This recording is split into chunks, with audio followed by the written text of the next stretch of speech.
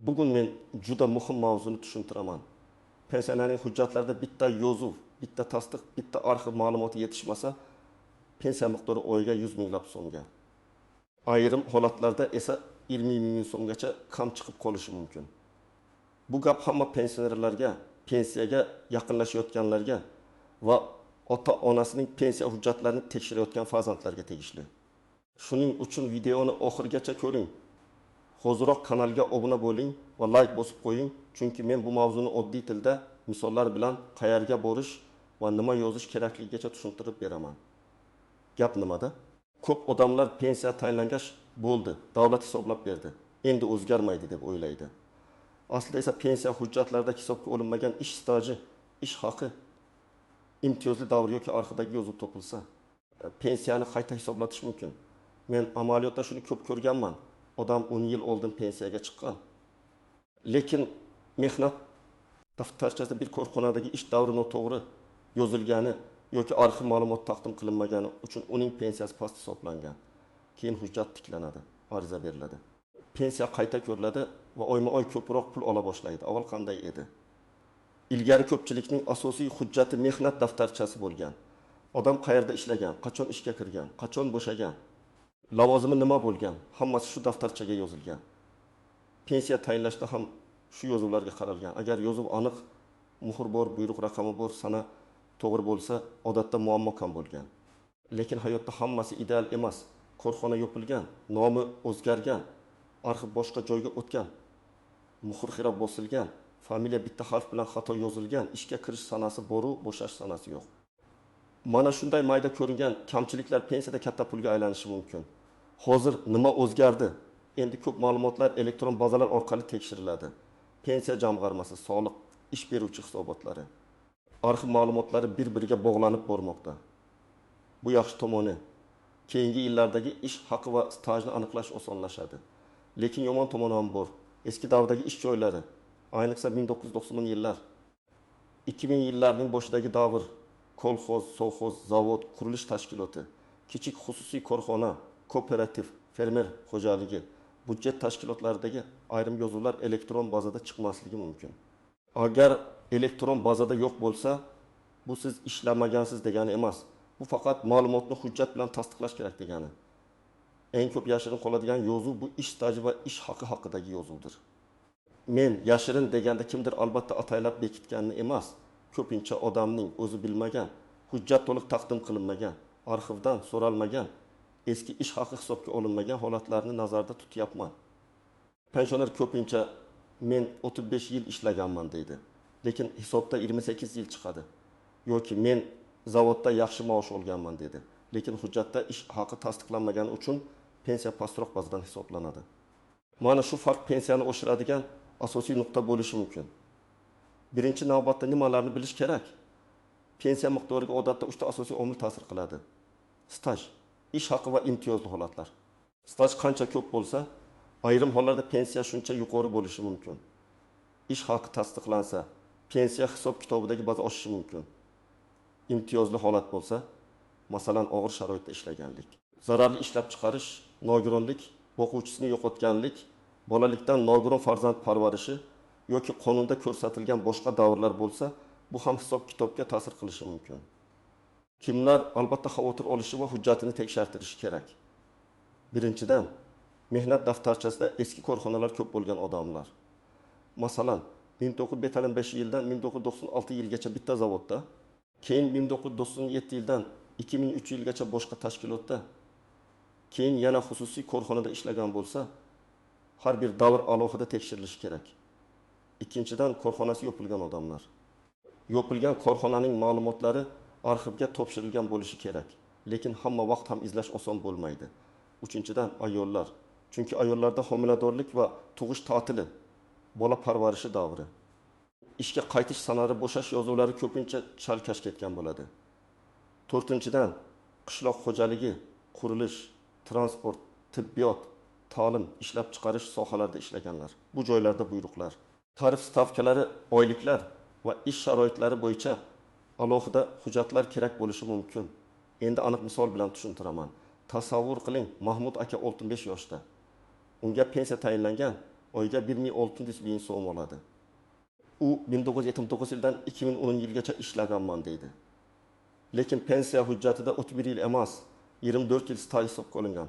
Nega? Chunki 1992 yildan 1999 yilgacha ishlagan korxonasining yozuvida muhr tushunarsiz. Buyruq raqami ko'rinmaydi, arxiv ma'lumoti olinmagan. Mahmud aka baribir endi foydasi yo'q deb yuradi. Aslida u arxivga so'rov beradi. Korxona vorisi yoki tuman arxividan ishga kirgan va bo'shaganligi haqidagi ma'lumotnoma oladi. Agar o'sha 7 yil staj sifatida tan olinsa, pensiya qayta hisoblanadi. Natijada uning pensiyasi shaxsiy holatiga qarab oyga 300 ming, 500 ming yoki undan ham ko'proq oshishi mumkin. Yana bir misol.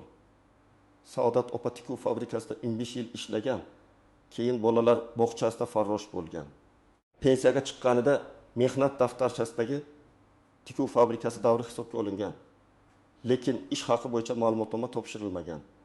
U paytda Saodat opa oddiy xodim emas, brigadir bo'lgan, qo'shimcha ustama olgan. Agar arxivdan oylik ish haqi ma'lumotnomasi olinib, qonuniy tartibda pensiya organiga taqdim qilinsa, hisob kitobda uning yuqoriroq daromadi inobatga olinishi mumkin. Bu holatda ham pensiya oshadi. Men bu yerda aniq har kimda 20 ming so'm oshadi demayman. Chunki har bir insonning staji, maoshi va pensiya turi boshqacha. Lekin ko'p yillik hisobga olinmagan yuqori ish haqi bo'lsa, farq juda sezilarli bo'lishi mumkin. 3-misol. Rustam aka qurilish tashkilotida ishlagan. Mehnat daftarchasida montajchi deb yozilgan, lekin u amalda balandlikda, og'ir sharoitda zararli ish uchastkasida ishlagan. Bunday vaziyatda faqat lavozim nomi yetmaydi. Korxonaning shtat jadvali, buyruqlari, ish joyi tavsifi, zararli yoki og'ir mehnat sharoitini tasdiqlovchi hujjatlar kerak bo'lishi mumkin. Agar bu hujjatlar topilsa va qonunda nazarda tutilgan toifaga mos kelsa, imtiyozli staj masalasi ko'riladi. Imtiyozli staj faqat erta pensiyaga chiqish uchun emas, ayrim holatlarda pensiya miqdori va huquqni tasdiqlashda ham muhim rol o'ynaydi. Kimlar unchalik xavotir olmasa ham bo'ladi. Agar siz butun ish faoliyatingiz davomida rasmiy ishlagan bo'lsangiz, ish beruvchilar badallarni to'liq topshirgan bo'lsa, mehnat daftarchangizdagi yozuvlar aniq bo'lsa, elektron bazada ham staj va ish haqi to'liq ko'rinib tursa, unda katta muammo bo'lmasligi mumkin. Lekin men baribir bir marta pensiya hujjatingizdagi hisobga olingan stajni o'zingiz bilgan real staj bilan solishtirishni tavsiya qilaman. Chunki xato faqat katta korxona yopilganda emas, oddiy sanada ham chiqadi. Masalan, Minger 3998 o'rniga Milyer 3999 kiritilgan bo'lsa, 1 yil yo'qoladi. 1 yil esa kichik narsa emas. Endi istisnolar va ko'pchilik bilmaydigan nozik jihatlarga o'tamiz. Birinchi nozik jihat. Mehnat daftarchasida yozuv borligi har doim yetarli bo'lmasligi mumkin. Agar yozuvda muhr bo'lmasa, imzo bo'lmasa, korxona nomi noaniq bo'lsa, tuzatishlar noto'g'ri kiritilgan bo'lsa, pensiya organi qo'shimcha tasdiq so'rashi mumkin. Bu rad etish degani emas. Bu hujjatni to'ldirish kerak degani. Ko'pchilik shu joyda to'xtab qoladi. Menga hisoblamadi deb uyiga ketadi. Men esa shuni aytaman. Yozma javob oling. Qaysi davr nima sababdan hisoblanmaganini aniq bilib oling. Keyin aynan o'sha davr bo'yicha arxiv hujjatini qidiring. Ikkinchi nozik jihat. Ish haqi bo'yicha ma'lumotnoma ham to'g'ri rasmiylashtirilgan bo'lishi kerak. Unda korxona nomi, davr, oylar bo'yicha ish haqi asos bo'lgan hujjatlar, imzo, muhr, arxiv fondi, ro'yxat va ish raqami kabi ma'lumotlar talab qilinishi mumkin. Ba'zi odamlar oddiy falonchi bizda ishlagan degan xat olib keladi. Bu stajga yordam berishi mumkin. Lekin pensiya miqdorini oshirish uchun ish haqi alohida tasdiqlanishi kerak. Aynan yuqori maosh tasdiqlanmagan bo'lsa, pensiya past hisoblangan bo'lishi mumkin. 3-nozik jihat guvohlar masalasi. Ba'zi davrlarni hujjat bilan tasdiqlash imkoni bo'lmasa, qonunchilikda ayrim holatlarda guvoh ko'rsatmalari yoki sud orqali ish stajini belgilash masalasi ko'rilishi mumkin. Lekin bu juda ehtiyotkorlik bilan qilinadi. Guvohlar birga ishlagan bo'lishi, o'sha davrni bilishi, ularning o'z hujjatlari ham mos kelishi kerak. Men hech qachon odamlarga ikkita odam toping bo'ldi demayman. Chunki pensiya masalasida har bir dalil tekshiriladi. Agar arxiv hujjati topilsa, eng kuchli yo'l shu. Agar topilmasa, yozma rad javobi, arxiv ma'lumoti yo'qligi haqidagi xat, guvohlar va boshqa dalillar bilan sud tartibida harakat qilish mumkin. 4-nozik jihat. Pensiya qayta hisoblanganda pul qaysi kundan oshadi? Bu eng ko'p beriladigan savol. Odatda huquqni tasdiqlovchi hujjat qachon taqdim qilingan? Ariza qachon berilgan? Qaysi pensiya turi va qaysi asos bo'yicha qayta hisoblanayotgani muhim. Ba'zi holatlarda oshirilgan miqdor ariza berilgan oydan yoki belgilangan tartibdagi muddatdan boshlab qo'llanadi. Shuning uchun men doim aytaman. Hujjatlarni topib yurib, arizani kechiktirmang. Avval pensiya jamg'armasi bo'limiga yozma murojaat qiling. Hisobingizni tekshirtiring. Qaysi hujjat yetishmayotganini yozma oling. Keyin hujjat izlash jarayonini boshlang. Shunda sizda vaqt va murojaat sanasi bo'yicha iz qoladi. 5-nozik jihat: hamma qo'shimcha staj pensiyani bir xil oshirmaydi. Masalan, bir odamda yetishmagan 3 yil pensiyani 100 bin so'mga oshirishi mumkin. Boshqa odamda 3 yil deyarli ta'sir qilmasligi mumkin. Sababi hisob-kitob faqat yil soniga bog'liq emas. Pensiya turi, bazaviy miqdorlar, ish haqi koeffitsiyenti, mavjud staj, qonundagi cheklovlar, qo'shimcha ustamalar ham ta'sir qiladi.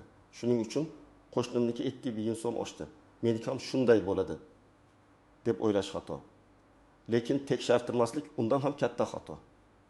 Chunki sizning holatingizda yo'qolgan davr aynan eng muhim davr bo'lishi mumkin. 6-nozik jihat: norasmiy ish davri.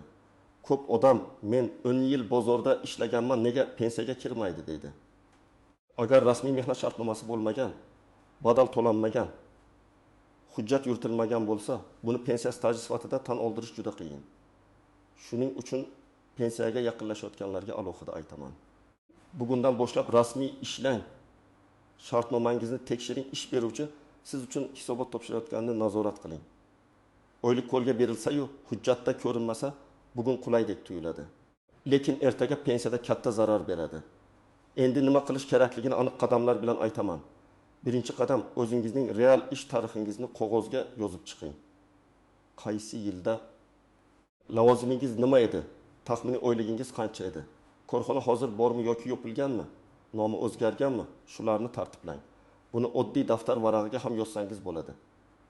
Masalan, 1990 tuman qurilish boshqarmasi, 1990 2000 paxta tozalash zavodi, 2005 maktab. Keyin pensiya hojatidagi hisobga olingan staj bilan solishtirasiz. Ikkinchi qadam: pensiya jamg'armasining tuman yoki shahar bo'limiga murojaat qiling. Mening pensiyamni hisoblashda qaysi ish davrlarim va qaysi ish haqi ma'lumotlari hisobga olinganini ko'rsatib berishingizni so'rayman. Mazmunda ariza yozing. Og'zaki so'rash yetarli emas. Yozma murojaat qilsangiz, sizga aniq javob berilishi kerak bo'ladi. Javobda qaysi davr hisoblangan, qaysi davr hisoblanmagan, nima sababdan hisoblanmaganini bilib olasiz. Mana shu javob keyingi harakatlar uchun yo'l xaritasi bo'ladi. 3-qadam: mehnat daftarchangizni, pasport yoki ID kartangizni, pensiya guvohnomangizni, harbiy biletni, diplomni, tug'ilganlik haqidagi guvohnomalarni, nikoh yoki familiya o'zgargan bo'lsa tegishli hujjatlarni tayyorlang. Ayollarda familiya o'zgarganligi sababli arxivdagi hujjat bir familiyada, pasport boshqa familiyada bo'lishi mumkin. Bitta harf farqi ham muammo chiqaradi. Masalan, Kakimova o'rniga Karimova yozilgan bo'lsa, tasdiqlovchi hujjat talab qilinadi. Shuning uchun familiya, ism, otasining ismi bo'yicha barcha variantlarni oldindan tekshiring. 4-qadam: arxivga murojaat qiling. Korxona qaysi tumanda joylashgan bo'lsa, o'sha hududdagi davlat arxivi, idoraviy arxiv yoki korxona borsiga so'rov beriladi. Arizada falon davrda ishlaganimni, ishga qabul qilish va ishdan bo'shatish buyruqlarini, lavozimimni, ish haqi ma'lumotlarini tasdiqlovchi arxiv ma'lumotnomasi berishingizni so'rayman deb yozish kerak. Agar korxona nomi o'zgargan bo'lsa, eski nomini ham bilsangiz, yangi nomini ham yozing. Taxminiy yillarni aniqroq ko'rsating. Chunki arxiv xodimi butun tarixni emas, siz ko'rsatgan davrni izlaydi. 5-qadam: arxiv ma'lumotnomasini olgach, uni pensiya jamg'armasiga qayta hisoblash uchun topshiring. Arizangizda taqdim etilgan yangi hujjatlar asosida pensiyamni qayta hisoblab berishingizni so'rayman deb yozing. Hujjatlarning nusxasini o'zingizda saqlang, qabul qilingan sana. Kirim raqami yoki elektron murojaat raqamini albatta yozib qo'ying. Men har doim odamlarga shuni maslahat beraman. Pensiya masalasida har bir qadamni hujjat bilan qoldiring. Bugun kimdir og'zaki bo'lmaydi deyishi mumkin. Lekin yozma javobda aniq asos ko'rsatish kerak. 6-qadam: agar sizga rad javobi berilsa, uni oxirgi nuqta deb qabul qilmang. Rad javobida sabab bo'lishi kerak. Masalan, Hujjat talablarga mos emas, davr tasdiqlanmagan. Ish haqi ma'lumotida asos ko'rsatilmagan lavozim imtiyozli ro'yxatga kirmaydi. Sababni bilsangiz, tuzatish yo'lini ham topasiz. Kerak bo'lsa, yuqori turuvchi organga shikoyat qilasiz. Yuridik maslahat olasiz yoki sudga murojaat qilasiz. Sudga borishdan oldin esa qo'lingizda yozma rad javobi, arxiv javoblari, mehnat daftarchasi nusxasi va boshqa dalillar bo'lishi kerak. Yana bir amaliy maslahat. Ota-onangizning pensiyasini ham tekshirib bering. Ko'p pensionerlar men tushunmayman, bo'lam deb yuradi. Ular arxivga borishga qiynaladi, elektron murojaat yozolmaydi, qaysi hujjat kerakligini bilmaydi. Farzandlar esa 20 kun vaqt ajratib, ota-onasining mehnat daftarchasini ko'rib chiqsa, katta foyda qilishi mumkin. Ayniqsa ota yoki ona falon zavodda 8 yil ishlaganman, lekin pensiyada hisoblanmagan bo'lsa kerak desa, bu gapni e'tiborsiz qoldirmang. Shu 8 yilning ichida yuqori ish haqi yoki imtiyozli davr bo'lishi mumkin. Xulosa shuki, pensiyani oshirishi mumkin bo'lgan eng muhim narsa ko'pincha oddiy yozuv. Mehnat daftarchasidagi to'g'ri staj, arxivdagi ishga qabul qilish buyrug'i, ishdan bo'shash buyrug'i, ish haqi ma'lumotnomasi yoki imtiyozli mehnat sharoitini tasdiqlovchi hujjat. Agar bu yozuv hisobga olinmagan bo'lsa, pensioner har oy kam pul olayotgan bo'lishi mumkin. Farq ba'zida 1000 so'm, ba'zida 5000 so'm, ayrim kuch holatlarda esa 1000 so'mgacha yetishi mumkin. Men sizga aniq tavsiya beraman. Pensiyangizni bir marta tekshirtiring. Qaysi staj va qaysi ish haq hisobga olinganini yozma so'rang. Yetishmayotgan davrlar bo'yicha arxivga murojaat qiling va yangi hujjatlar topilsa, qayta hisoblash uchun ariza bering. Bu sizning qonuniy huquqingiz. Izohlarda yozing. Sizning yoki ota-onangizning pensiyasida hisobga olinmagan ish staji bo'lganmi? Shunday holatga duch kelganmisiz? Videoga like bosing, kanalga obuna bo'ling. Chunki keyingi videolarda pensiya, nafaqa va ijtimoiy to'lovlar bo'yicha odamlar eng ko'p yo'l qo'yadigan xatolarni yana batafsil tushuntiraman.